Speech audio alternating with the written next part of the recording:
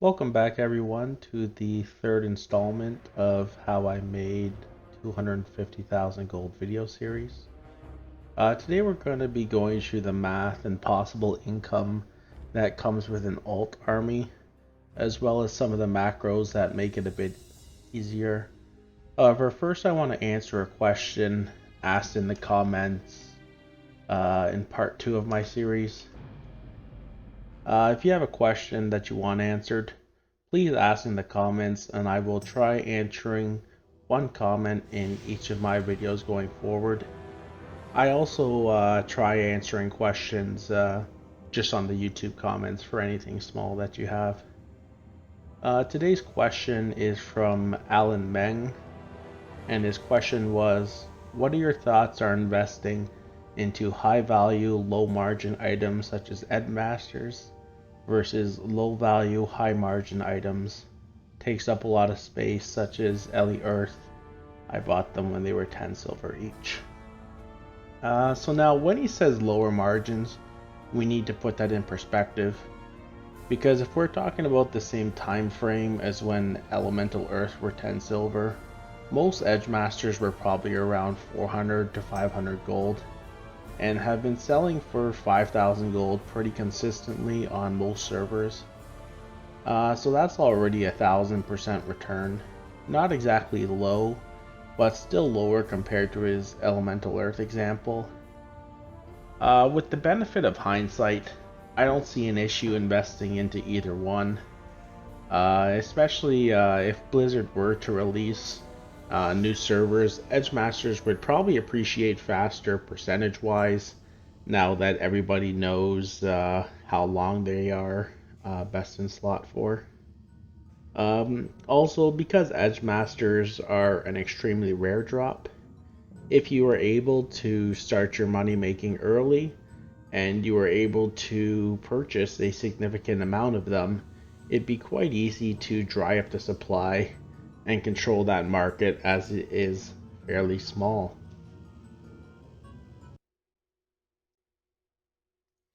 Alright, let's dive into the Transmute Army information. Now there are 3 professions that use cooldowns in Classic: Alchemy, Tailoring, and Leatherworking. Personally, I don't understand why no one seems to like Leatherworking, unless you are leveling up the Transmuters all the way to go to Burning Crusade. If you don't get an Alchemy pattern, that's high tier, and you're lazy just doing arcanite, leatherworking is by far the best cooldown, both for ease of use as well as profit. My personal alt army is the following. I have 20 undeath to waters, 4 earth to waters, 1 water to air, 30 mooncloth, and 44 refined deep rock salt. Now I'm going to give you a quick breakdown and show on the screen some math that each profession is capable of. So the formula that we're going to be using here is basically the sale price minus the auction house. Most people seem to forget about that, and it really adds up over time. Subtracting our material costs divided by the amount of days on the transmute is our profit per day. So these prices here are based off of my server. Yours are going to be slightly different, but generally, the ratios are most likely similar. So these amounts right here is the absolute maximum profit that you can make. They're really not realistic because they're assuming that you have the cooldown instantly as soon as it's available. You're using it that second. So what I like to do is I assume an 85% efficiency. This allows you for, you forget a day, you forget a couple hours, it gets pushed back and back every day. Eventually you are just going to miss a day of transmutes no matter what you're doing. So this right here, these are the realistic profits that you can expect per day from each of these transmutes. Obviously, Undeath to Water is the, king, but it's also the largest cost by far. Um, I'm going to talk about that again in a little bit, but this is just some calculations to kind of show you um, the potential gold that you can make over the course of your classic career. This is the day I started my alt army, the day that I finished it. So that was around 190 days in total. So or I took the middle day, and I used that for when I would be doing my transmutes. I also assumed that I'd be doing transmute for 2 years since the launch of Classic. That's when I expect the servers to kind of start petering off, and people are going to start switching over to Burning Crusade, or they're just going to start quitting the game. So I figure I'm going to have approximately 635 days of transmutes. For the transmutes that I do, and this is with my 85%, I make 471 gold per day. Per week, that's, almost 3,300 gold. And for the 2 years that I expect Classic to last, that's basically bringing me right to 300,000 gold just from my transmutes. That's no investing. That's just transmuting and selling them on the auction house. My average time to level to 35 was 50 hours. And this was my first attempt at multi-boxing. I was always using 4 warlocks and a priest. The only thing I gave them was lesser magic wand, greater magic wand, and they all shared a pair of linen boots with run speed on it. Other than that, I just did my normal questing route with them, and it was just over 2 days. I then allow 3 hours for learning professions, as well as 10 minutes a day to do my transmutes. I came up with a total time of 635 hours.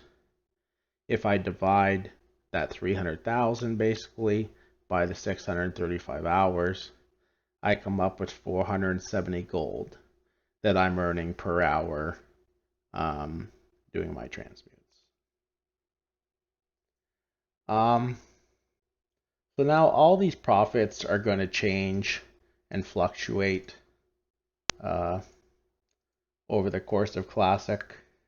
But this is generally how much you can make. I have no problem selling my stock on a high but not full population server. So you could go quite a bit larger if you wanted. Again, with the benefit of hindsight, I probably would have made a mage and boosted my own characters.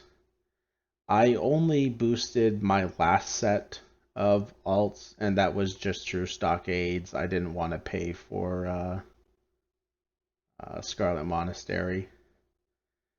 But if you have your own mage, you would be able to get these alts out significantly faster, and so your gold is going to increase quite significantly the faster you can do it. So one thing I want to point out with the Undeath to Water pattern, while it does make the most gold, it does have the largest cost, and I would only recommend it on level 35 alts. This is my level 60 character, and here I use the water to air transmute. The reason for this is that if we go back to our calculation sheet, you can see that between Undeath and Water and the other two Alchemy transmutes, there's really a 1 to 2 gold difference between them. So if we were to do that, and we're paying 800 gold for the pattern, that means, sorry guys, my microphone cut out there. But so that means on the 1 gold difference, and given myself 2 years of transmutes, I would never make that money back. If we're using the 2 gold difference, it would take well over a year to make that money back. And when you look at the potential for investment versus that time, it's really not worth it unless it's on a level 35. If you're looking for an alchemy pattern on your main, I would suggest going with the water to air. It only takes 1 clear of Scholomance, which most characters are going to do anyway. Or the earth to water, which requires friendly with the timber maw. If you did Fellwood or Winter Spring while leveling, you should already be fairly close to friendly when you finish the quest. And you can farm up Firewater in Winter Spring while you get the rest of your rep. This isn't available during the first couple phases, which is why my hunter was doing arcanite transmutes until they were available. So during the first phase of Classic, Essence of Earth is much more expensive than in the later phases due to high front-end use in Robes of the Archmage and tank gear, while not really being in any consumables. So by the time you get to your later sets of alts, for me it was my 9th, Essence of Earth may be cheap enough that it is not worth it even buying Undeath to Water on your level 35s.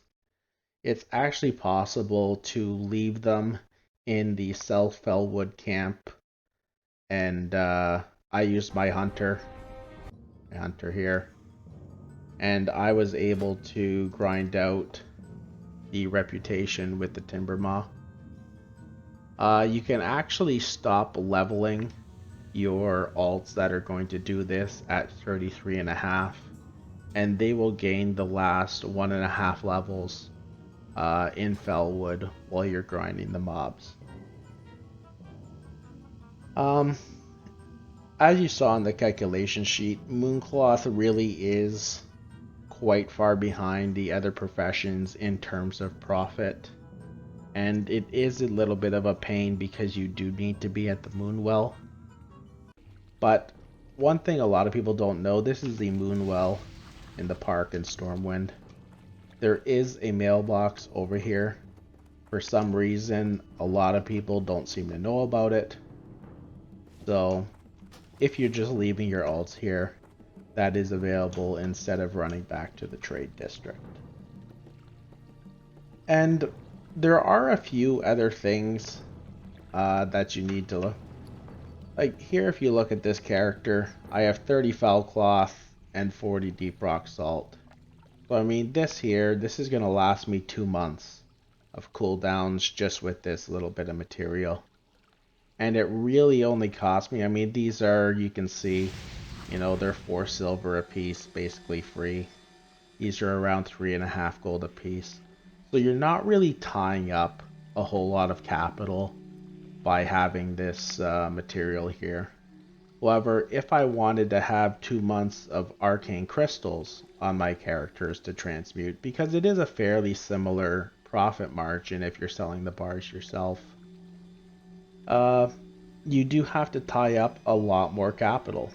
You would need to have 20 arcanite crystals, which currently on my realm would be around 1600 gold.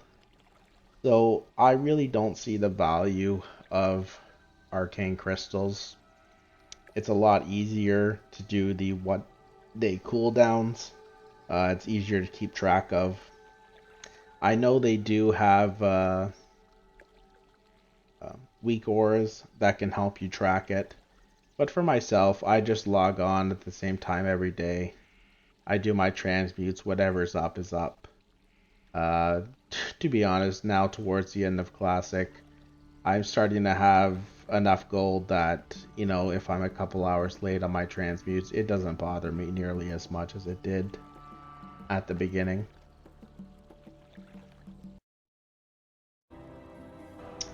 One more thing that I would recommend doing if you're using the earth to water transmute. AQ is coming out soon, so I've started to purchase enough Essence of Earth that I figure I'll be able to get through the initial price increase due to warriors getting their Titanic legs. It's not a bad idea to try and stock up just enough to last you a couple months. That way you're not forced to pay the higher prices and have it cut into your transmute margins. The last thing, or I can't say the last thing, the next thing I want to show you is this. This is my kind of custom alchemy leveling guide that I created for myself just because I was going to be doing so many. You can make actually a lot more oily black melt and free action potions. When I was leveling up 5 at a time, I would often send them, 500 black melt, and I would just have them crank out potions just to free up my hunter for some crafting time while they're leveling. Basically everything except for the healing potions you're going to be able to sell at a profit. Fire oil we're going to use for the lesser fire protection potions, as well as the greater firepower potion eventually. Free action I've been selling the entirety of classic. Elixir of agility is surprisingly it actually sells at a profit. And oil of immolation is one of those kind of sleeper potions that not many people make, and there's usually fairly significant profit in it. Some DPSers buy it for parsing, and during the early phases a lot of priests were buying it for their benediction quest line. It makes it quite a bit easier there. Yeah, and I mean, free action potions are one of those potions that I keep them on hand at almost all times. They sell pretty well. Alright, let's move on to our next part. Alright, the last thing that I want to show everyone is the macros that I use for putting my transmutes on the bar. But before that, a quick aside. Between the alchemy vendor here and the mailbox, I'm pretty sure that this is the best crafting area for alchemists for Alliance. You avoid the Stormwind lag for the mailbox, and it is a very short run. So, the macros that I use, I have them all written out for you guys, are right here. So there's one for every profession, including mooncloth, and your salt shaker you are able to put right on your bar. So if we want to use these macros, what we want to do is you're going to have to place this on your bar. Click it, it's going to turn your cursor into the spell. You're then able to place it wherever you want, and you're able to use it. It's just a quick little tip. It allows anyone that's multi-boxing, you can do your broadcast and you can use it on every character at the same time. You don't need to toggle through. It makes it quite a bit easier. I'm going to put all those in the video description so you can just copy and paste them. And I invite everybody to subscribe to my channel. I do appreciate it. I also appreciate comments, both positive and negative. It allows me to try and increase the quality of my videos in the future. I expect that there's probably going to be 4 or 5 more Everything seems to be taking a little bit longer to get through. I thought I would get through more each video, but I find that I ramble on. So I hope all my friends south of the border are enjoying their July 4th holiday, and don't cause too much trouble down there, guys. Alright, have a good one.